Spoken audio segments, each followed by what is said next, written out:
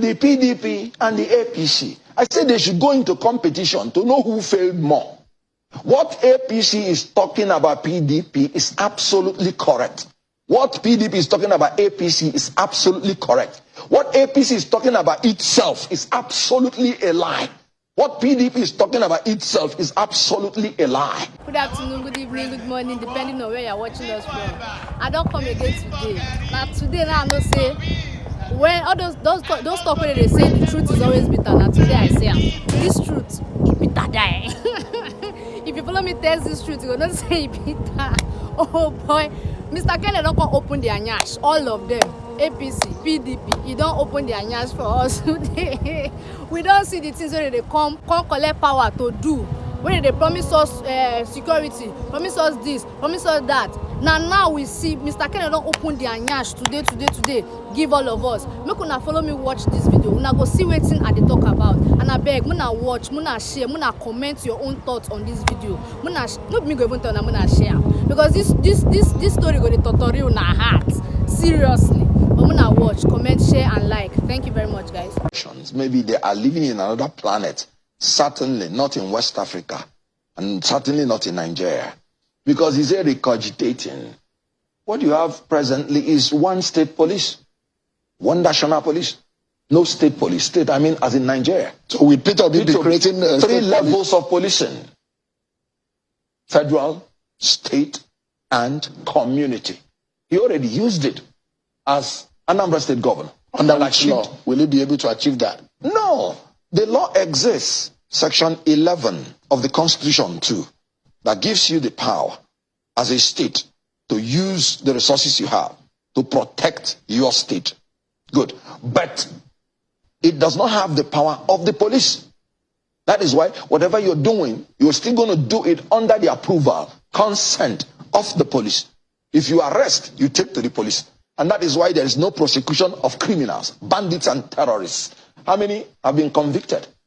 Under his regime, 3 levels policing. He's going to restructure. He's going to re-equip. He's going to retrain. These are frequently used language that we are now very, very used to in the country. And these are the questions. Right. Nigerians want specific restructure. What is restructuring? That's what I'm saying. How will it come by? 3 levels policing. How will it happen? It will happen by effectively amending the Constitution and removing that word, one police. You have to do it. And that is one of his agenda. You're a lawyer. Oh, yes. And so you understand what is very well. Border adjustment, local government creation, even state creation. You know just how almost impossible that our laws has made.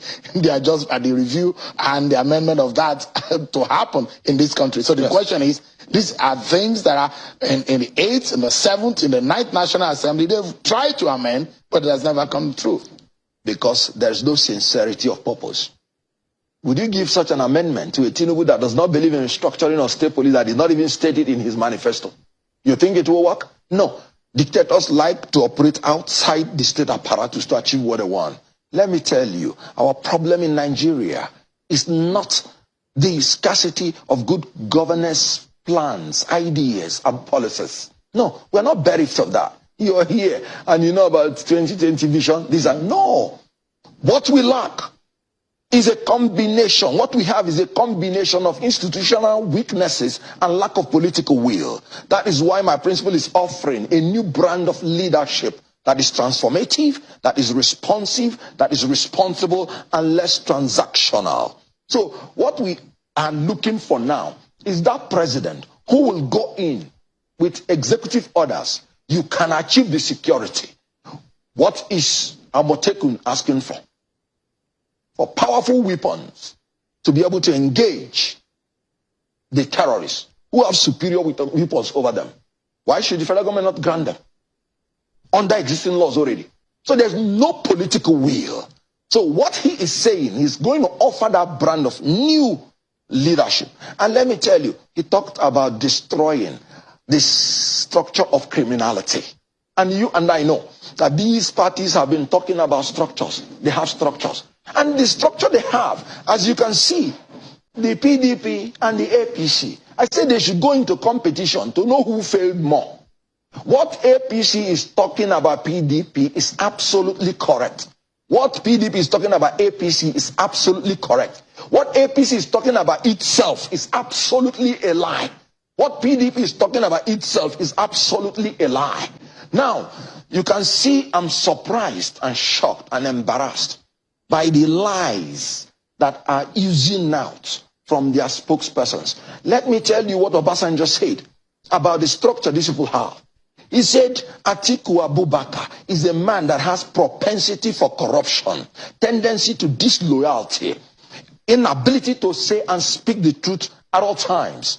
So he's a man who has propensity for poor judgment, belief and reliance in matter about, lack of transparency, a man who trusts in money to buy his way out in all situations, a man who has the readiness to sacrifice morality, integrity, propriety, truth, national interest for self and selfish interest. We are seeing it manifesting.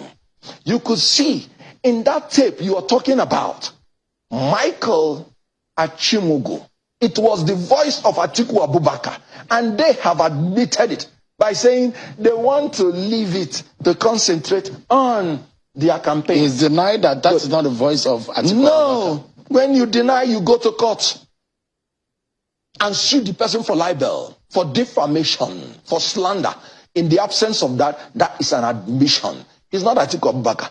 So that what he said is actually an admission. Because he said, no, we want to leave it. The man has dared them, the Achimugu. He said, I dared them to say I did not serve Atiku, and I will bring more records. What did Atiku say? It gives me goose pimples that Atiku has the national award in corrupting the generation before him and corrupting the generation after him. He said in that tape, I have advised Obasanjo against open corruption, meaning Atiku has been operating coded corruption, sacrificing innocent people and hiding his own head. Joshua Dariye was sacrificed. In that same tape, you're talking about Marine Float as the company that Atiku advised his boss that they should form Marine Float as a company that they will use to siphon the money, that they will pay consultancy fee, non-existent, to such company. These are allegations based on the tape released by Michael Achimugu. So which voice is, in my own opinion, Atiku's voice. Okay. I'm glad that you are able to put the right language. Yeah, put it in the right language. What about Tinubu's daughter that carried 10 million naira? Allegedly. Openly. No, it has been brought out. The politician openly in front of her, thanking her, saying he took only 1 million naira. Cash. Where is money laundering? He should be languishing in jail. That is the same reason that Doyin Okupe was brought to justice. Collecting cash. Section 2(1) of the Money Laundering Act. If you make or receive in cash an individual any amount exceeding 5 million naira, she should be in jail. And what about the spokesperson of APC, Festus Kayomo? He's a minister, serving minister. His person, his time has been fully paid. He's on full-time employment, and he's using himself as a resource to campaign for a political party. That is corruption. He's using the resource of Nigeria to campaign for a political party. Using the money he's been paid to campaign for a political party. That is sharing the money. He's been paid for full time as a minister. And he is there talking about another party. Are we not ashamed in this country? APC and PDP, like I said, they're a monster with two heads. APC. APG and PDP. Tinubu and Atiku, they are equal and opposite. One is a Miloko of the north. Another one is a Miloko of the south. Let's anchor on this. I don't know. Two of them should step down.